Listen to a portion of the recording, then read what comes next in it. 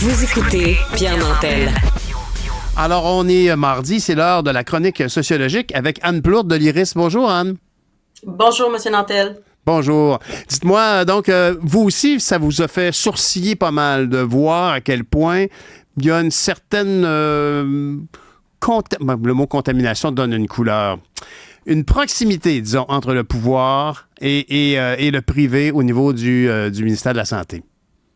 Oui, en fait, je pense que n'importe qui a vu passer cette nouvelle-là qui est sortie la semaine dernière a dû sourciller. Justement, là, on a appris donc que l'ex-chef de cabinet du ministre Christian Dubé était désormais lobbyiste pour le compte, entre autres, du groupe Biron, qui est un regroupement... Un fournisseur de médecine privée, de clinique. De médecine privée, exactement, de médecine de laboratoire.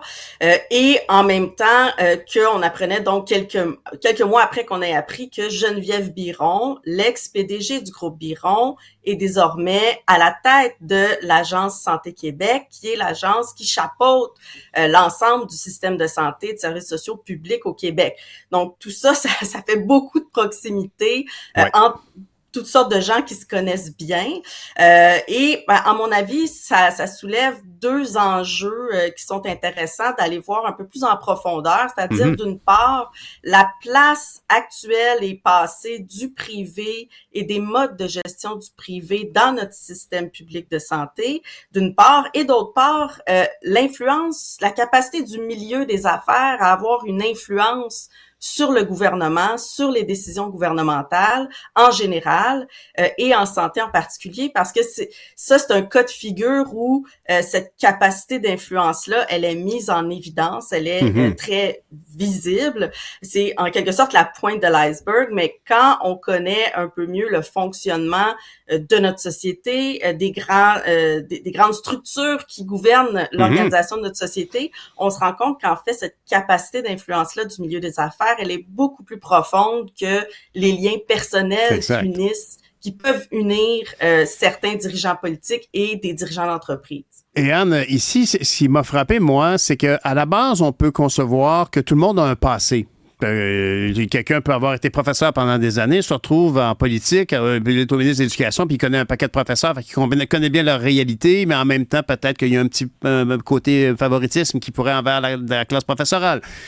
Alors, tout le monde a un passé. Et quand on est politicien, le code d'éthique est assez précis. On comprend qu'on ne peut pas, justement, là, se retrouver juge et parti. Dans le cas des nominations, ici, dans les deux cas, on a donc un très haut chef de cabinet d'un ministre de la Santé qui s'en va chez les... Est-ce qu'il n'y a pas une clause qui... Normalement, il devrait y avoir une clause parce qu'on veut bien donner une chance aux coureurs, mais quand j'ai vu, par exemple, Mme Biron se faire nommer, je peux plus m'empêcher de dire, voyons, ultimement, elle a bâti le groupe Biron sur des insatisfactions liées au système public. Si c'était si simple d'aller se faire une radiographie à l'hôpital, c'est là qu'on irait plutôt que d'aller dans une clinique de radiographie du groupe Biron. En réalité, il y a des garde-fous qui existent, il y a des mécanismes qui sont mis en place pour tenter d'éviter les conflits d'intérêts, ce genre de choses. Puis tant mieux que ces mécanismes-là existent. Oui. Mais peu importe les mécanismes qu'on met en place, ce qui est clair, c'est que dans notre société, la façon dont notre société fonctionne donne un pouvoir d'influence important de toute façon au milieu des affaires, que ce soit des entreprises comme le groupe Biron ou comme n'importe quelle entreprise. Et cette capacité d'influence-là, elle vient en partie donc de certaines nominations, comme celle de Madame Biron, comme celle de Jonathan Valois, donc qui passe au groupe Biron en quelque sorte. Elle vient donc de la place plus importante des gens d'affaires en général au gouvernement, dans la haute fonction publique, et ça, c'est bien documenté, même si on fait simplement regarder le cabinet actuel du gouvernement Legault, les gens d'affaires sont fortement surreprésentés dans ce cabinet-là. Donc, il y a cette capacité d'influence-là qui passe par une présence directe des gens d'affaires dans la sphère politique, mais il y a aussi une capacité d'influence encore plus profonde et encore plus systémique et structurelle qui vient du fonctionnement même de notre économie, qui vient du fait qu'on est dans une économie de marché privé où les grands leviers de l'économie, les grandes décisions économiques, donc qu'est-ce qu'on produit, où on investit, comment on produit, toutes ces décisions-là sont prises pour la plupart par des entrepreneurs, sont prises dans la sphère privée par une élite économique, donc par les grands propriétaires d'entreprises, de banques, de fonds d'investissement. Donc, ce sont ces personnes-là, ces gens d'affaires-là qui ont en quelque sorte le contrôle de notre économie. Mais aux 4 ans, quand il y a des élections, les gouvernements vont être jugés par la population sur leur bilan économique, alors que ce ne sont pas les gouvernements qui ont les véritables leviers ou les leviers les plus importants pour influencer la bonne tenue de notre économie. Donc, les gouvernements sont en quelque sorte toujours forcés de tenir compte des intérêts, des préférences, des pressions exercées par les gens d'affaires qui ont un grand pouvoir sur l'économie, sur la santé de notre économie. Mais Anne Plourde, je pense que avec le nombre d'années que vous faites des recherches là-dessus à l'IRIS, il a quand même été démontré qu'il y a une perte de savoir, une perte de connaissance du côté des équipes gouvernementales, de la fonction publique, puis ça s'est accentué avec le temps.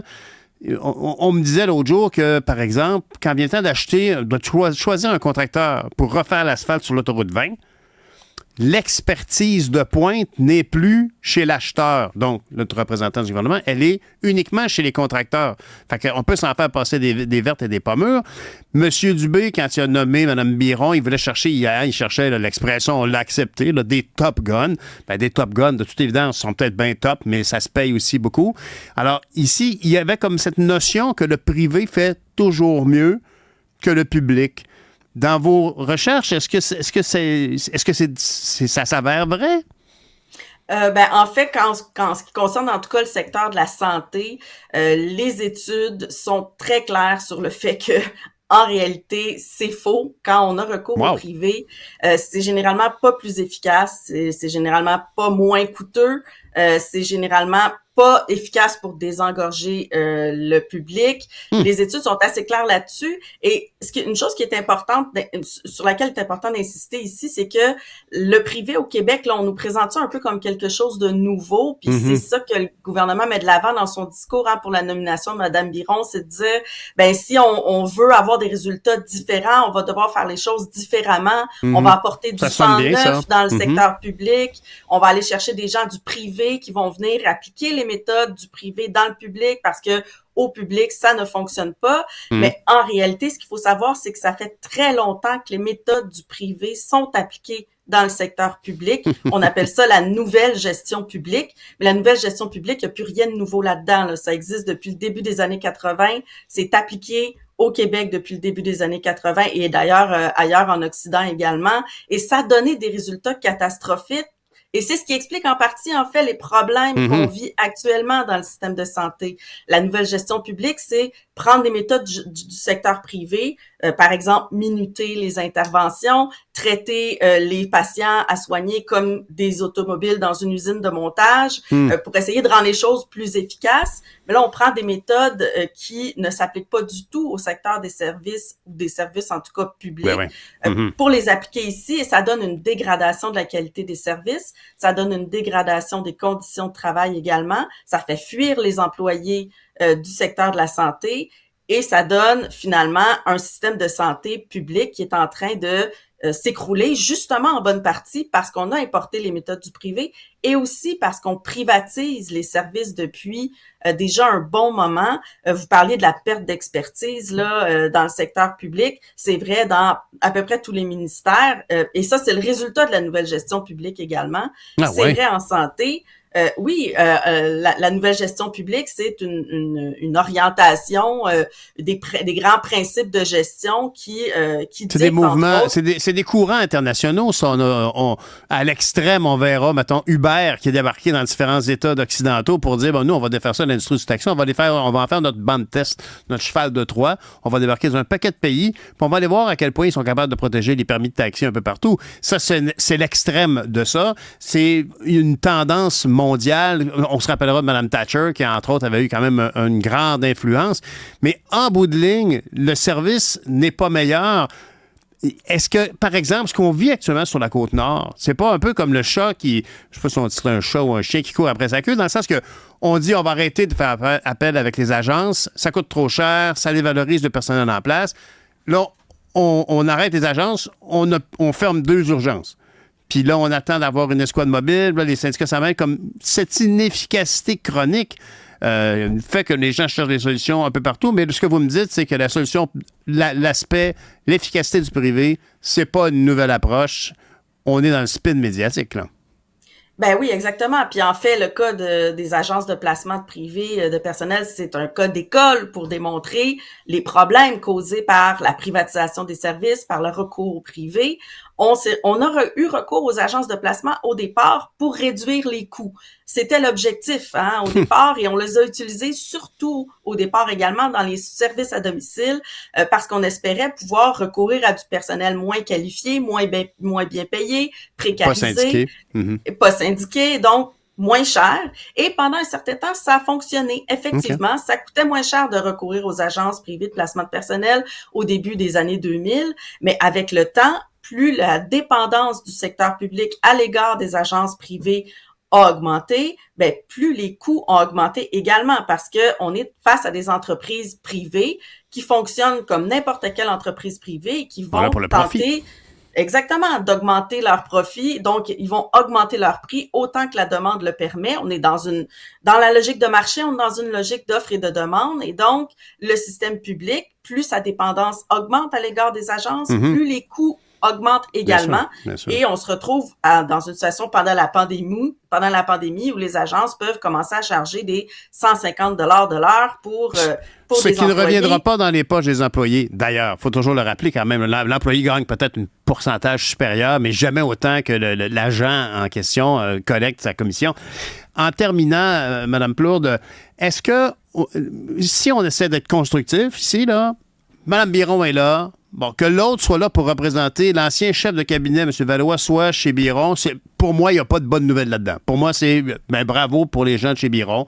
Vous avez attrapé quelqu'un qui connaît le système dans tout petit raccoin puis qui va être capable d'aller chercher les meilleurs business case dans chacun des services qu'on peut prodiguer en santé. Fait que pour moi, il n'y a pas de bonne nouvelle là. Mme Biron a été nommée, a été choisie. On pense que M. Dubé veut régler des problèmes. D'après vous, quel conseil, quelle orientation devrait-elle prendre? C'est une grosse question en terminant, mais comment être constructif devant la situation avec Mme Biron actuellement? Là, on connaît ses origines. Est-ce qu'elle peut apporter quelque chose de concret qui pourrait faire une différence, à part d'être inspirante? Ben, à mon avis, ça sera pas possible de régler les problèmes actuels du système de santé sans s'orienter vers une vraie déprivatisation des services de santé et sans s'orienter également vers une remise en question de la nouvelle gestion publique, donc des méthodes de gestion issues du secteur privé qui sont appliquées dans le réseau depuis des dizaines d'années. Je ne sais pas si Mme Biron peut adopter ce genre d'orientation. C'est peu probable, oui. Effectivement, ça serait surprenant. Mais à mon avis, c'est absolument incontournable d'aller dans ce sens-là si on veut améliorer les services de santé. Actuellement, le gouvernement se dirige exactement en sens inverse. C'est préoccupant, mais les choses peuvent toujours changer, donc on va espérer pour le mieux, évidemment. Ben, en tout cas, vous faites ça, vous faites de la recherche dans ce domaine-là, puis vous essayez d'éclairer le gouvernement, mais le gouvernement, très souvent, ignore, par exemple, le simple registre des loyers qui venait de chez Vivre en Ville n'a pas été pris. On se demande bien pourquoi. Alors, merci quand même pour toutes ces recherches et c'est ce point de vue du côté de l'IRIS. Merci beaucoup, Anne Plourde. On se reparle la semaine prochaine. Merci. Au revoir.